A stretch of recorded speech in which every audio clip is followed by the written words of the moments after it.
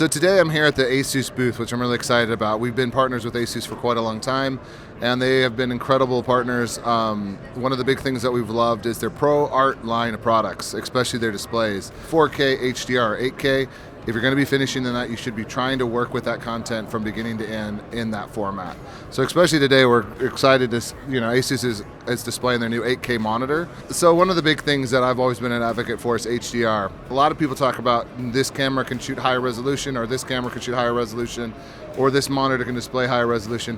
One of the big things I'm an advocate for is HDR, because with HDR, you're giving your audiences more information than what a resolution bump could be. So it's great to have 8K content. It's great to have 4K, but that's only a 4 times improvement in perceptual information that you're giving your audiences. While when you move to HDR, you're giving your audiences almost 160 times more information that gives them more of an immersive experience. We've seen the trend throughout the industry for HDR and 8K especially over the last 4 to 5 years. The reason I think it's more prevalent now than ever is because it's more accessible now than it ever has been. You can't buy a laptop now, you can't buy a computer now that can't actually do 8K real time. And so I think more and more people are talking about how great, how accessible 8K is. More and more people are talking about how accessible HDR is. HDR displays have been around for the last 10 years. We're just trying to convince filmmakers more and more to finish their content in HDR rather than SDR, because that is the future.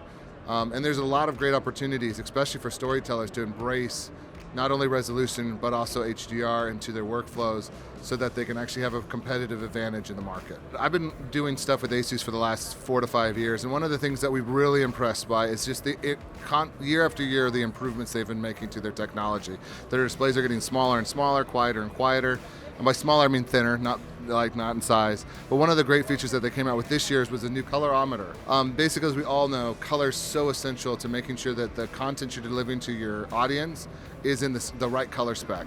And if you're not always calibrating your monitor, and not always reviewing and being aware that your monitor is out of calibration or in calibration, you're actually not making creative decisions correctly. So obviously, like a lot of us, NAB hasn't been the same ever since COVID. So it's exciting to be back. This is actually my first year back since COVID.